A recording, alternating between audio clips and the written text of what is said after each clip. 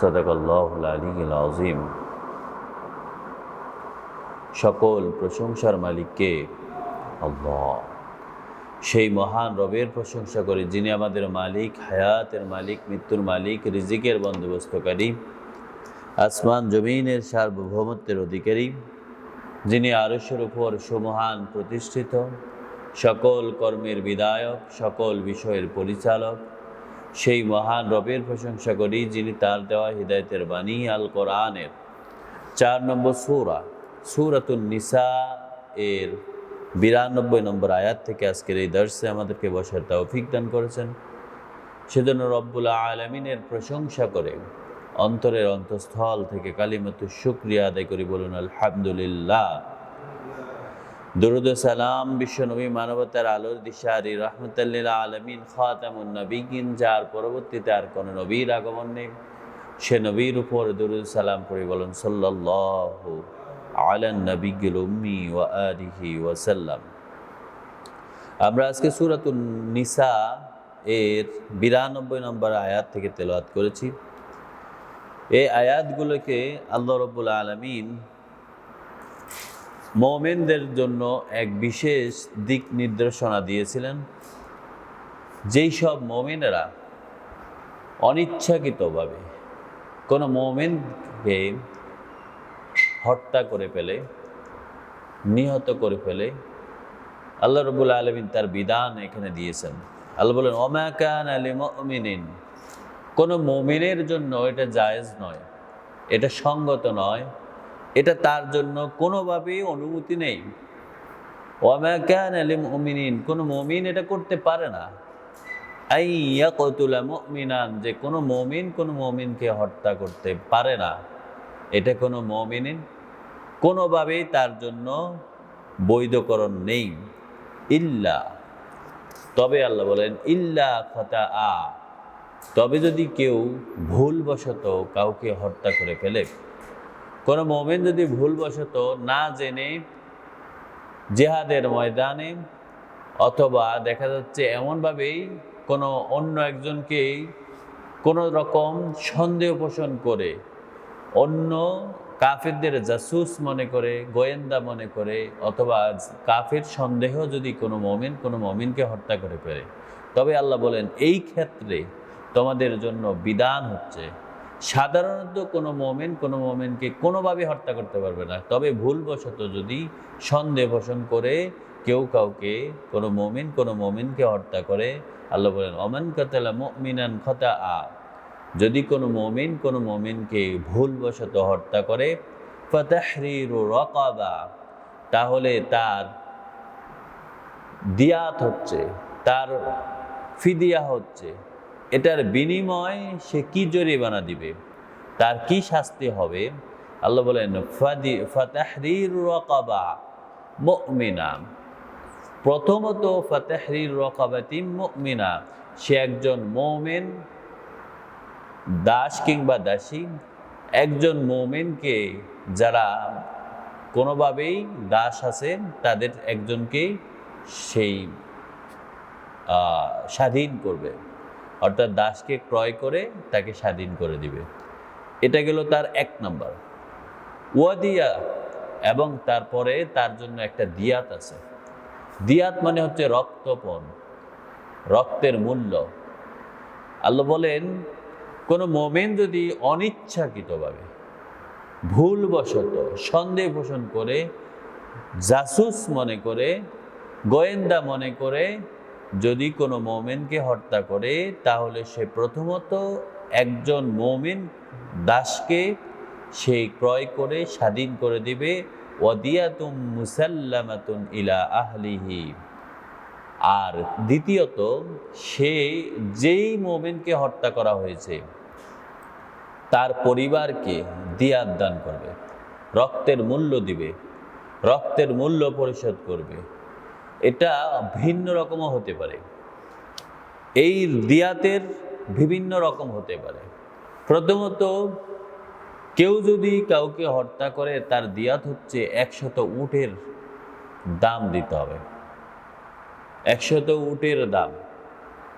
যদি কোনো মুমিনকে ইচ্ছাকৃতভাবে হত্যা করে, যদি কোনো পরিবার সেটা মেনে নেয় যে আমরা দিয়াত দিয়ে তাকে ছেড়ে দিব, তাহলে সেই দিয়াত হিসাবে 100টা পরিপূর্ণ বয়সের উটনি, যে উটনিটা কয়েকদিন পরে প্রসব করবে, এই ধরনের উটনির তো অনেক দাম থাকে, যে এই তো 1 মাস পরে বা 15 দিন পরে প্রসব করবে, তাহলে আরেকটা বাচ্চা পাওয়া যাবে, এরকম উটের দাম দিবে 100টা উট। কিন্তু যদি অনিচ্ছাকৃতভাবে হত্যা করে, তাহলে সাধারণ পূর্ণাঙ্গ 2 বছরের উট যে দাম, এই দাম অনুযায়ী 100টা উটের দাম দিতে হবে। এই দাম অনুযায়ী মনে করেন 100টা উটের দাম হবে 5 কোটি টাকার মতো। মিনিমাম তাকেই 5 কোটি টাকা দিয়ত, রক্তপণ দিতে হবে। তারপর আরেকটা দাসকে ক্রয় করে তা স্বাধীন করে দিতে হবে। আল্লাহ বলেন ইল্লা আইয়া সদ্দাকু, যদি নিহতের পরিবার সাদাকা হিসাবে তাকে মাফ করে দেয়, তবে সেটা অন্য কথা।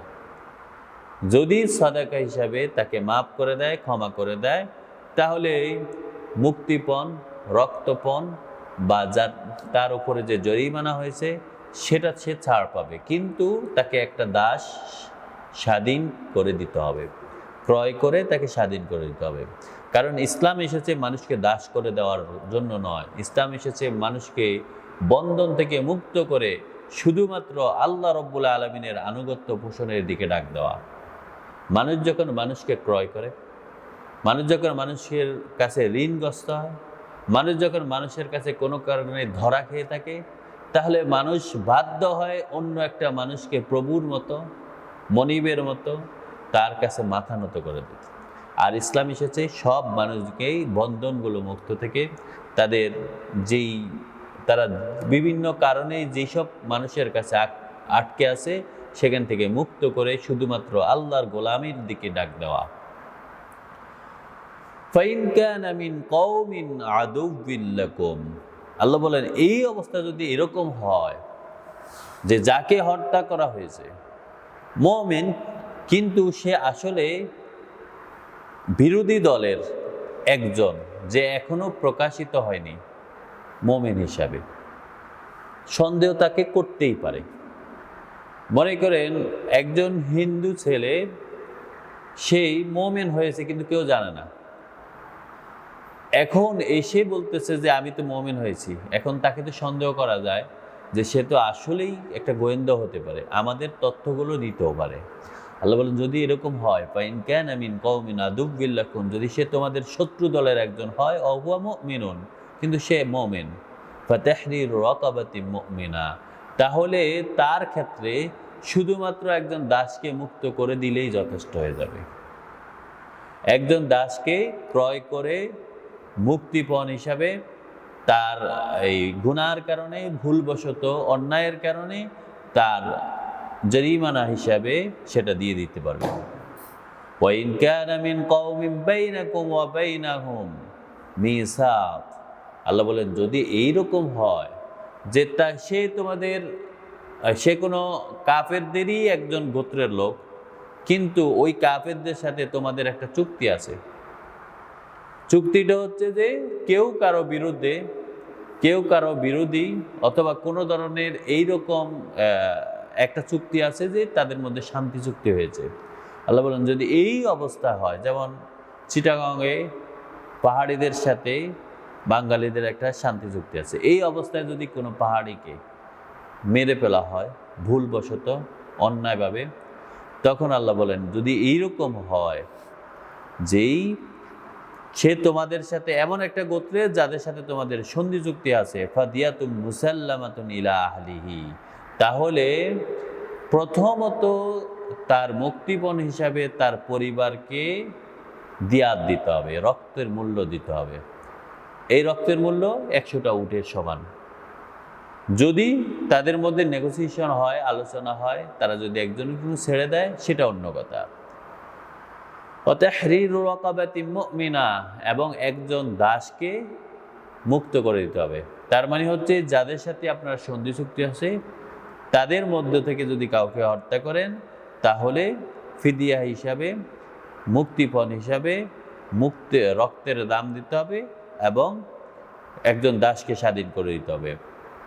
ফামাল্লাম ইয়াজিদ ফাসিয়াম, যদি সে এরকম হয় যে একজন দাসকে মুক্ত করার পয়সা নেই, তার কাছে ফিদিয়া দেওয়ার মতো পয়সা নেই, কিন্তু মনে রাখতে হবে যে রক্তের মূল্য পরিবারবর্গ থেকে সেটা অবশ্যই আদায় করে দিতে হবে।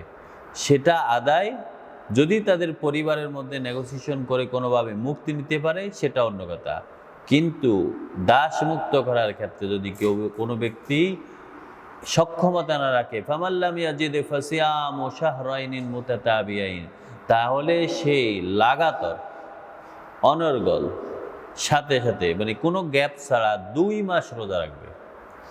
কোনো ব্যক্তি যদি মুক্তিপণ হিসাবে সে যদি দাসকে মুক্ত করতে না পারে অন্যায়ভাবে ভুলবশত কোনো মুমিনকে হত্যা করার কারণে, তখন আল্লাহ বলেন সে 2 মাস টানা রোজা রাখবে, লাগাতার রোজা রাখবে। কোনো কারণে যদি একটা রোজা ছেড়ে দেয় তাহলে নতুন করে আবার 2 মাস রাখতে হবে। তাওবাতাম মিনাল্লাহ, আল্লাহ বলেন এটা হচ্ছে তোমাদের জন্য ক্ষমার একটা নীতি, এটা হচ্ছে তোমাদের জন্য ক্ষমার একটা প্রিন্সিপাল, যেই আদর্শর মাধ্যমে তোমরা ক্ষমা পেতে পারো, ক্ষমা চাইতে পারো। ওয়া কানা আল্লাহু আলিমান হাকিমা, মনে রেখো আল্লাহ কিন্তু সব কিছু জানেন, তিনি সব কিছুর সূক্ষ্মাতিসূক্ষ্ম জ্ঞান জানেন। প্রথমত হচ্ছে একজনকে অন্যায়ভাবে হত্যা করেছে, ভুলবশত না, ইচ্ছাকৃত হত্যা করেছে, কিন্তু বিচারককে কিছু টাকা দেওয়ার কারণে বিচারক এটা বানাই দিছে যে ভুলবশত হত্যা হয়েছে। আল্লাহ বলেন আমি কিন্তু জানি বিচারকের উপর বিচারক আছে। আবার কোনো বিচারক এরকম হলো যে অনিচ্ছাকৃত হত্যা করেছে, ভুলবশত হত্যা করেছে, কিন্তু তাকে চাপাইয়া দেওয়ার জন্য তাকে ইচ্ছাকৃত হত্যা করে ইচ্ছাকৃতভাবে হত্যাকারী হিসাবে তাকে কঠিন শাস্তি দেওয়া হলো। আল্লাহ বলেন সেটাও আমি জানি। আবার এরকমও হয় যে আসলে মেরেছে সেই ইচ্ছাকৃতভাবে, কিন্তু সবার কাছে এসে বলেছে না আমি তো মারি নাই, বা কোনোভাবেই সে মারা পড়েছে, কিন্তু আমি ইচ্ছাকৃত মারি নাই। আল্লাহ বলেন সেটাও আমি জানি, আমি কিন্তু তার সূক্ষ্মাতিসূক্ষ্ম সকল জ্ঞান, সকল বিজ্ঞতা, প্রজ্ঞা, সর্বজ্ঞান হিসাবে আমি মহান রব্বুল আলামিন। ওয়া মান ইয়াকতুল মুমিনান মুতাআম্মিদান, আল্লাহ বলেন কেউ যদি এর আগের ঘটনার ছিল 92 নম্বর আয়াতে ছিল অনিচ্ছাকৃতভাবে হত্যা করলে, ইচ্ছাকৃত নয়। অনিচ্ছাকৃতভাবে হত্যা কিভাবে হয়? যেমন মনে করেন আপনার একটা ছুরি আছে, আপনি এটা ধার দিতেছেন, ঠিক এখন ধার দিতে গিয়ে আপনি রাখতে গেছেন, পিছন দিয়ে একজন লোক ছিল, আপনি খেয়াল করেন নাই, সে মারা পড়েছে। অথবা দেখা যাচ্ছে আপনি উপরে একটা কাজ করতেছেন, নিচে দিয়ে একজন লোক যেতেছে, আপনার হাতের একটা ইট খুলে তার মাথার মধ্যে পড়লো, সে মারা পড়লো। এটা হচ্ছে অনিচ্ছাকৃতভাবে। অথবা দেখা যায় আপনি একটা ঘর করার জন্য একটা গর্ত করেছেন, কিন্তু একটা লোক যেতে গিয়ে সে ভুলবশত আগের মতো রাস্তা মনে করে সেই দৌড়ের উপরে গিয়ে ওখানে পড়ে মারা গেছে। এটা হচ্ছে অনিচ্ছাকৃত হত্যা। এবার আল্লাহ বলেন অমাইয়াতুল মুমিনান মুতাআম্মিদান, কিন্তু কোনো ব্যক্তি যদি ইচ্ছাকৃতভাবে কাউকে হত্যা করে, কোনো ব্যক্তি যদি ইচ্ছাকৃতভাবে কোনো মুমিনকে হত্যা করে, ফাজাযাউহু জাহান্নাম, তার ঠিকানা হচ্ছে সোজা জাহান্নাম, এই ছাড়া তার কোনো ক্ষমা নেই। ফাজাযাউহু জাহান্নাম খালিদান ফিহা, ওই জাহান্নামে সে চিরস্থায়ীভাবে থাকবে, ওই জাহান্নামেই তাকে থাকতে হবে।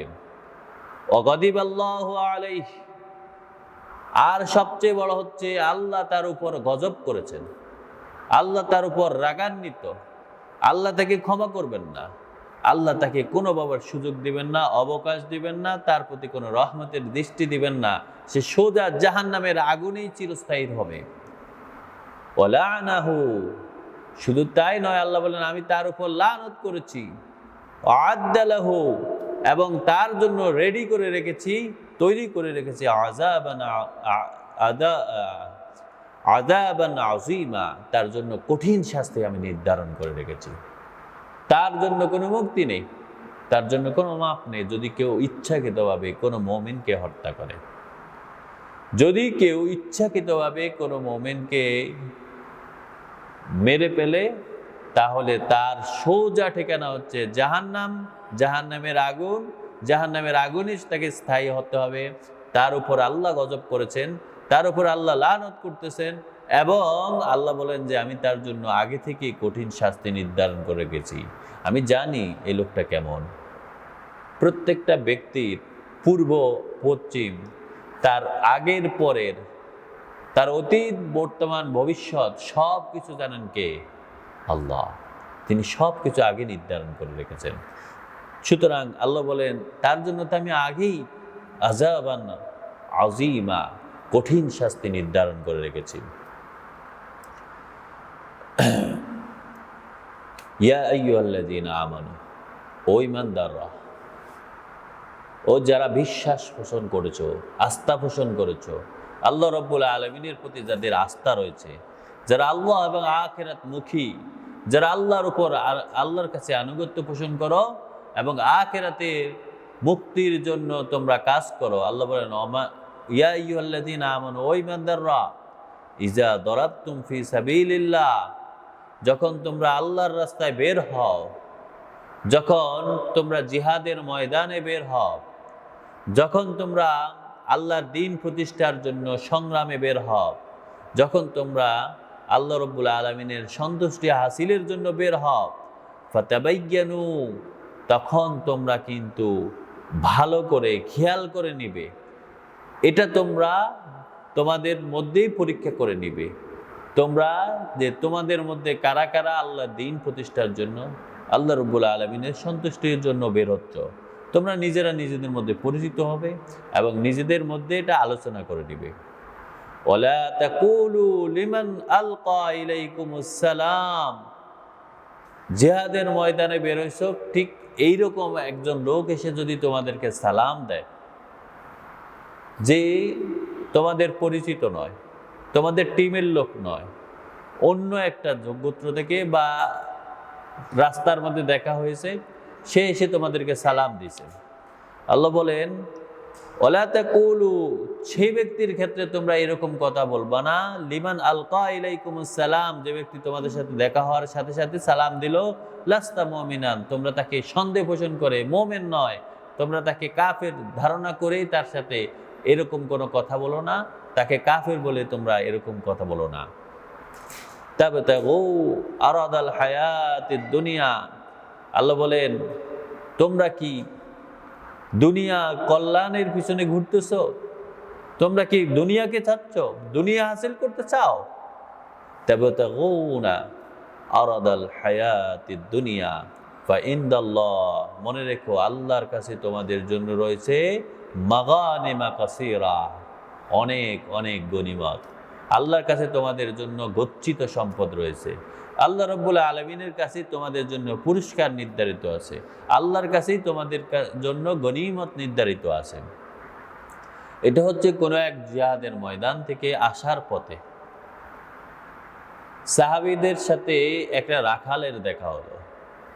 রাখাল দেখেই সাহাবীদেরকে সালাম দিলেন, কিন্তু সাহাবীরা মনে করলেন এ হয়তো কাফেরদেরই একজন গোয়েন্দা, হয়তো রাখাল বেশি এখানে দাঁড়ায় আছে আমাদের গতিবিধি লক্ষ্য করার জন্য।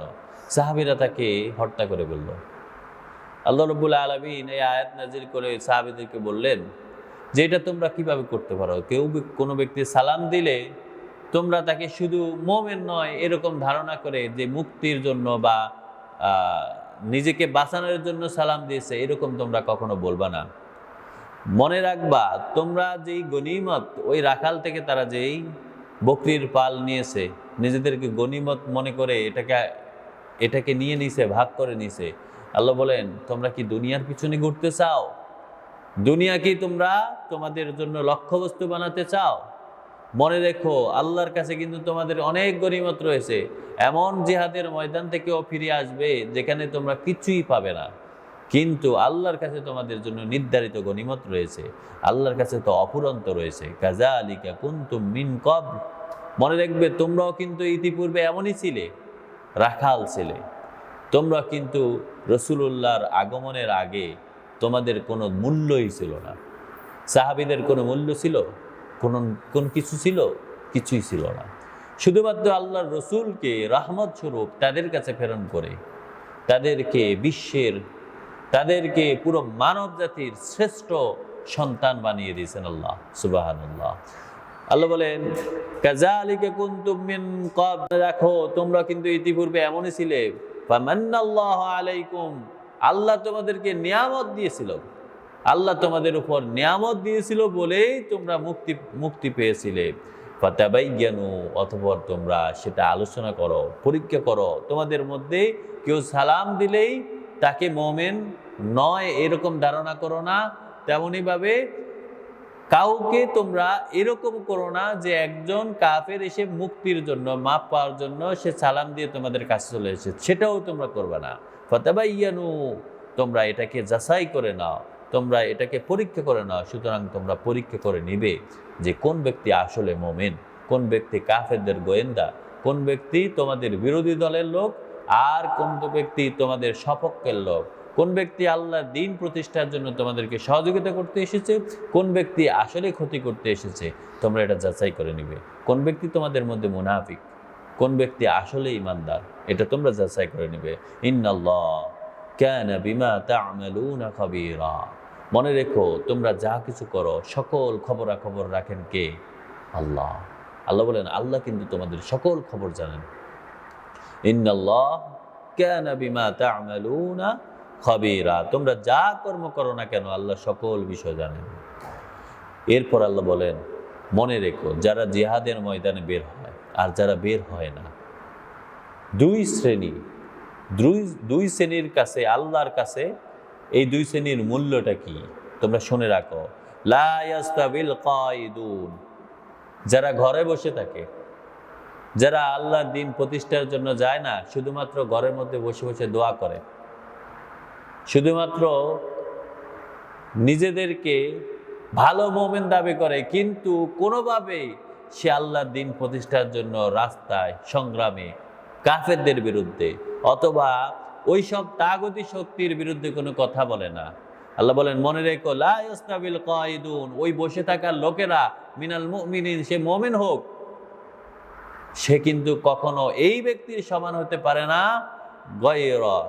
গায়রু উলিদ দরার, যারা কোনো ক্ষয়ক্ষতি জানে যে ঘরের বাইরে গেলে অ্যারেস্ট হবে, ধরা খাবে, শাস্তি হবে, কাফেররা তাকে পাকড়াও করবে, তার উপর আঘাত হানবে, তার সম্পদের লস করবে, তার মান মর্যাদা নষ্ট করবে। এই ভয়ে যারা ঘরে বসে থাকে, মনে রেখো এইরকম মুমিনেরা কখনো ওই মুমিনদের সমান হতে পারে না যারা আল মুজাহিদুনা ফি সাবিলিল্লাহ, যারা আল্লাহর রাস্তায় সংগ্রামের জন্য বের হয়ে পড়েছে, যারা মুজাহিদ হয়েছে, যারা জিহাদ করেছে, যারা আল্লাহর দ্বীন প্রতিষ্ঠার সংগ্রামে অংশগ্রহণ করেছে, ওই ব্যক্তিদের সাথে এদের কোনো তুলনাই হয় না।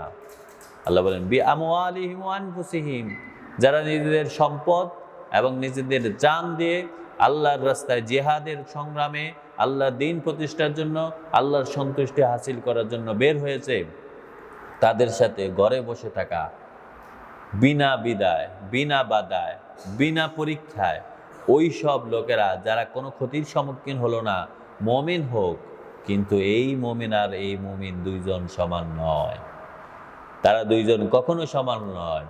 ফাদ্দালাল্লাহুল মুজাহিদিন বিআমওয়ালিহিম ওয়া আনফুসিহিম আলাল কায়িদিনা দারাজা, আল্লাহ বলেন ঘরে বসে যারা থাকে তাদের উপর আল্লাহ রাব্বুল আলামিন শ্রেষ্ঠত্ব দান করেছেন, যেই সব মুজাহিদরা নিজেদের সম্পদ এবং নিজেদের জান নিয়ে আল্লাহর রাস্তায় বের হয়ে পড়ে, যারা আল্লাহর দ্বীন প্রতিষ্ঠার জন্য, আল্লাহর সন্তুষ্টি হাসিল করার জন্য রাস্তায় বের হয়েছে, ক্ষতির সম্মুখীন হয়েছে, বিপদে পড়েছে, পরীক্ষার সম্মুখীন হয়েছে, যারা আল্লাহর সন্তুষ্টি হাসিলের জন্য নিজেদের জান কোরবান দিয়েছে, যারা নিজেদের সম্পদগুলো বিলিয়ে দিয়েছে, আল্লাহ বলেন এদেরকে আমি ঘরে বসে থাকা ওই বুজুর্গ, ওই ইমানদার, ওই মুমিন দাবি করা শ্রেষ্ঠ মানুষ, তার উপর কিন্তু আমি এই মুজাহিদদেরকে শ্রেষ্ঠত্ব দান করেছি। ঘরে বসে থেকে ইমানদার সাজিয়ে একদম পরিপূর্ণ মুসলিম সেজে থাকা, আল্লাহ বলেন এদের উপর আমি কিন্তু মুজাহিদদেরকে শ্রেষ্ঠত্ব দিয়েছি। যারা ছেঁড়া কাপড় খেতে পারে নাই, শরীরের বিভিন্ন অঙ্গ প্রত্যঙ্গগুলো দেখা গিয়েছে, চেহারাগুলো বিকৃত হয়ে গেছে। জিহাদের ময়দানে কঠিন সংগ্রামে থেকে যারা নিজেদের পরিবার বর্গের সাথে সম্পর্কহীন হয়ে গেছে, সম্পদ নষ্ট হয়ে গেছে, জীবন নষ্ট হয়ে গেছে, হাত কাটা, চোখ হারানো, ওই সব মুজাহিদরা কিন্তু আল্লাহর কাছে, আল্লাহ রাব্বুল আলামিন বলেন, আমি ওই ঘরে বসে থাকা তাদের উপর শ্রেষ্ঠত্ব দান করেছি। সুবহানাল্লাহ, সুবহানাল্লাহ। আল্লাহ যেন আমাদেরকে তার মুজাহিদদের অন্তর্ভুক্ত করে নেন, আমিন। ওয়াকুল্লান, আল্লাহ বলেন এরা দুইজন, ওয়াদাল্লাহুল হুসনা, আল্লাহ দুইজনের জন্য কিন্তু ওই আল্লাহ বলেন তাদের প্রত্যেকের জন্য, যারা জিহাদের ময়দানে বের হয়েছে তাদের প্রত্যেকের জন্য আল্লাহর পক্ষ থেকে শ্রেষ্ঠতর সুন্দর একটা কল্যাণকর ওয়াদা রয়েছে। ওয়াফাদ্দালাল্লাহুল মুজাহিদিন, মনে রেখো আল্লাহ মুজাহিদদেরকে এই মর্যাদা দিয়েছেন, আল্লাহ মুজাহিদদেরকে শ্রেষ্ঠত্ব দান করেছেন আলাল কাইদিনা, যারা ঘরে বসে থাকে তাদের উপর, যারা সংগ্রামে বের হয় না তাদের উপর, যারা কথা বলে না, বিপদে সম্মুখীন হয় না, তাদের উপর আমি শ্রেষ্ঠত্ব দান করেছি। আজরান আযীমা, আল্লাহ বলেন এমন সংগ্রাম, এমন শ্রেষ্ঠত্ব দান করেছি যে আল্লাহর কাছে তাদের জন্য রয়েছে মহা পুরস্কার, তাদের জন্য রয়েছে জান্নাত, তাদের জন্য রয়েছে আল্লাহর ক্ষমা। আল্লাহ বলেন তার উপরে রয়েছে দারাজাত মিনহু, আল্লাহর পক্ষ থেকে তাদের জন্য মর্যাদা, ওয়া মাগফিরা, তাদের জন্য রয়েছে ক্ষমার ঘোষণা, ওয়া রাহমা, এবং আল্লাহর রহমত সব সময় তাদের উপর বিস্তৃত হবে। ওয়া কানাল্লাহু গফুরার রহিমা, মনে রেখো আল্লাহ কিন্তু ক্ষমাশীল, আল্লাহ কিন্তু দয়ালু। আল্লাহ রাব্বুল আলামিন মুজাহিদদেরকে সব সময় বিনা শর্তে, একজন জিহাদকারীকে, শহীদকে বিনা শর্তে জান্নাত দেওয়া হবে। যে ব্যক্তি আল্লাহর সন্তুষ্টির জন্য নিজের সম্পদ, নিজের জান, নিজের মাল, নিজের মান, নিজের পজিশন, নিজের ক্ষমতা, নিজের শ্রেষ্ঠত্ব, নিজের সৌন্দর্য বিলিয়ে দিয়েছে, আল্লাহ বলেন এদের জন্য আল্লাহর পক্ষ থেকে সব সময়ের জন্য ক্ষমা, রহমত এবং মর্যাদা, এবং আল্লাহ বলেন তাদের জন্য আমি সব সময় ক্ষমাশীল এবং দয়ালু। আল্লাহ রাব্বুল আলামিন যেন আমাদেরকে মুজাহিদদের মতো ঈমানদার বানিয়ে নেন, আমাদেরকে যেন কোরআন পড়ে পড়ে, কোরআন বুঝে বুঝে নিজেদের চরিত্র গঠন করার তৌফিক দান করেন। এই কোরআন দিয়ে যেন আমাদের জীবন পরিচালনা করার তৌফিক দান করেন। রাসূলুল্লাহর আদর্শগুলো যেন আমরা পরিচালিত হতে পারি, সে আদর্শগুলো বাস্তবায়ন করার তৌফিক দান করেন। আমাদেরকে পরিপূর্ণ ঈমানদার হিসেবে কবুল আর মঞ্জুর করে নেন, আমিন। ওমা তৌফিক ইল্লা বিল্লাহ। সুবহানাকাল্লাহুম্মা বিহামদিক, আশহাদু আল্লা ইলাহা ইল্লাল্লাহ, আস্তাগফিরুকা ওয়া আতুবু ইলাইক। আসসালামু আলাইকুম ওয়া রাহমাতুল্লাহি ওয়া বারাকাতুহু।